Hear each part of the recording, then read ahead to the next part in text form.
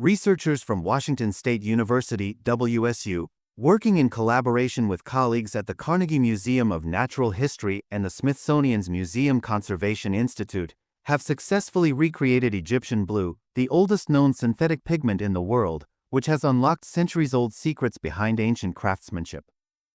The study, published recently in NPJ Heritage Science, describes how the team developed 12 authentic recipes for making Egyptian blue, a pigment first used approximately 3100 BCE as a substitute for expensive minerals like lapis lazuli and turquoise.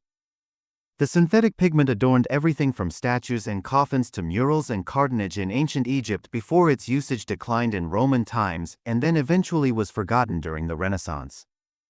To replicate the pigment, the researchers attempted to combine silicon dioxide, copper, calcium, and sodium carbonate, ingredients believed to have been within reach of ancient Egyptian artisans.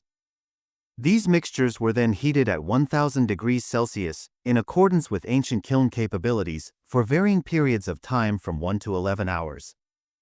Afterward, they cooled down the batches at different rates, finding that slow cooling produced more vibrant blue hues.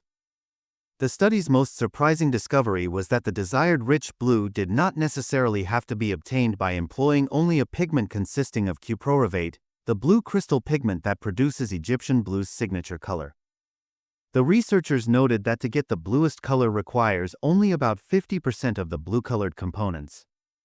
Spectrometry and other advanced microscopy techniques such as X-ray diffraction and near-infrared photoluminescence mapping revealed the pigment's microstructure to be highly complex. There are intergrown phases of cuprorovate, silica glass, wollastonite, and sometimes copper oxide within each grain, illustrating that Egyptian blue is not so much a uniform substance as more of a composite material. This heterogeneity contributes to its color variability, depending on processing conditions and method of application. The study also offers new data on how rates of cooling affected the final color.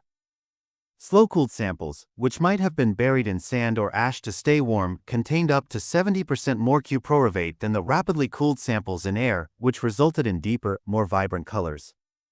Aside from its importance in history, Egyptian blue has become a recent scientific interest due to its unique modern applications. When exposed to visible light, the pigment radiates infrared radiation, light imperceptible to the eye but practical in security ink, biomedical imaging, and telecommunications. Its crystal structure is also similar to high-temperature superconductors and thus potentially of significance to materials science studies. While the project began as a way to produce museum display samples, it evolved into a detailed exploration of ancient technology with contemporary relevance. The recreated pigment samples are now displayed at the Carnegie Museum of Natural History in Pittsburgh as part of a new exhibition on ancient Egypt.